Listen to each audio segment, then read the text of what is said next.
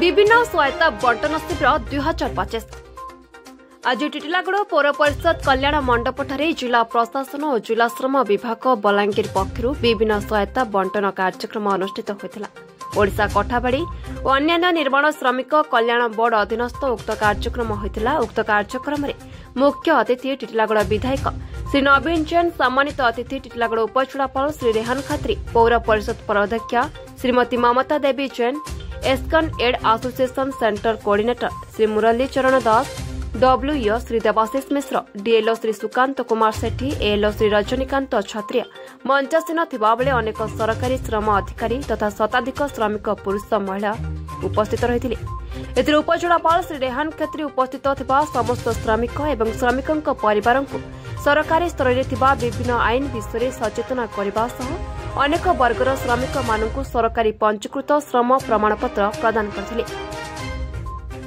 मंचस्थीन मुख्य अतिथि विधायक हाथों सरकारी पंजीकृत मृत श्रमिक परिवार को स्वाभाविक मृत्यु एवं दुर्घटना मृत्यु भली निज प्राप्ति अनुसार सहायता राशि बंटन करने सह गरीब श्रमिक श्रेणी परिवार छात्र छात्री को उच्च पाठ पढ़ा निमंते सहायता राशि तथा गरीब श्रमिक श्रेणी झील बाहाघर 50,000 टंकार साहाय्य राशि प्रदान करथिले।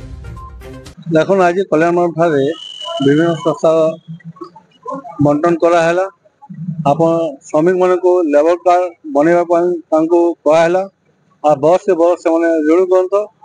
एवं सरकार परिवर्तन होला मोहन सरकार आसला लोक सरकार लोकप्रिय मुख्यमंत्री मोहन चरण मांझी जी आसला 2,05,000 टंका थिला ताकू बढ़े कर अक्टोबर मासे 3,05,000 टंका विड्रोर दिखाई। ता बाद बाहा करने को झील बिहा कर 50,000 टंका, षष्ठ क्लास पढ़ुवा 2,000, 3,000, 5,000, 6,000 क्लास उच्च शिक्षा पर्यंत दिया होती। जहाँ लेबर कार्ड थी से एक्सीडेंट हेले 6 लाख टंका, साधारण मृत्यु हेले 3 लाख टंका। सेहीपरि सरकार अनेक योजना रही श्रमिक भाई बंधु बांधव आ समस्ते आज यही मीटिंग समस्त कहली समस्ते ऑनलाइन श्रमिक कार्ड करूँ, आधार कार्ड, बैंक पासबुक भल कर मेसेज ऑनलाइन करूँ आ समस्ते जेन श्रमिक मान अच्छा बंधु मैंने समस्ते ऑनलाइन श्रमिक कार्ड गोटे नियंतु या सरकार योजना से पाइबे लाभान्वित हो पारे। ना आमर एक्चुअली आज 257 जन को 1,91,00,000 ऊपर प्राय 2 कोटी पाखापाखि टंका डिस्ट्रीब्यूशन कराई। डेथ फ्यूनेराल मैरेज एजुकेशन यही बाबद प्रदान कराई। नुआ लेबर कार्ड आम ये 200 एभव करूँ कि नुआ यही प्राय टिटिलागढ़ आमर सईतला गुड़भेलार 100 लोक को जो निर्माण श्रमिक जो कल्याण बंटन शिविर में नुआ लेबर कार्ड बंटन कर समस्त माध्यम सचेतन कराई।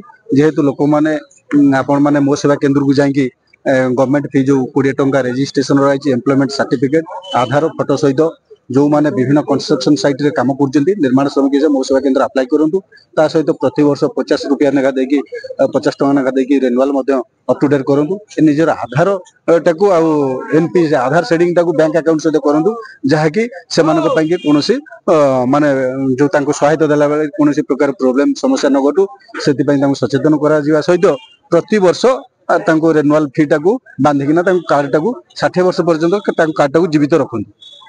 सर बर्तमान जो ग्रीष्म प्रभाव को देखी सरकार तरफ श्रमिक नहीं ग्रीष्म प्रभाव की आज तो रही सरकार तो मीटिंग आम जो जिला प्रशासन तक मीटिंग आम जो प्रति वर्ष भाई सचेतनता करूँ जी टाइम लिमिट जो अच्छी वर्क सेस मध्य कम करेंगे ता भीतर आम स्क्वाड गठन करा विभिन्न जो सेड व्यवस्था कर जो पानी फाणी अन्य वर्स पाउडर सब प्रकार जमती प्रति वर्ष करा से टाइप व्यवस्था से टिटिलागढ़ ब्यूरो चीफ भवानी प्रसाद षडंगी रिपोर्ट मोर भाषा न्यूज।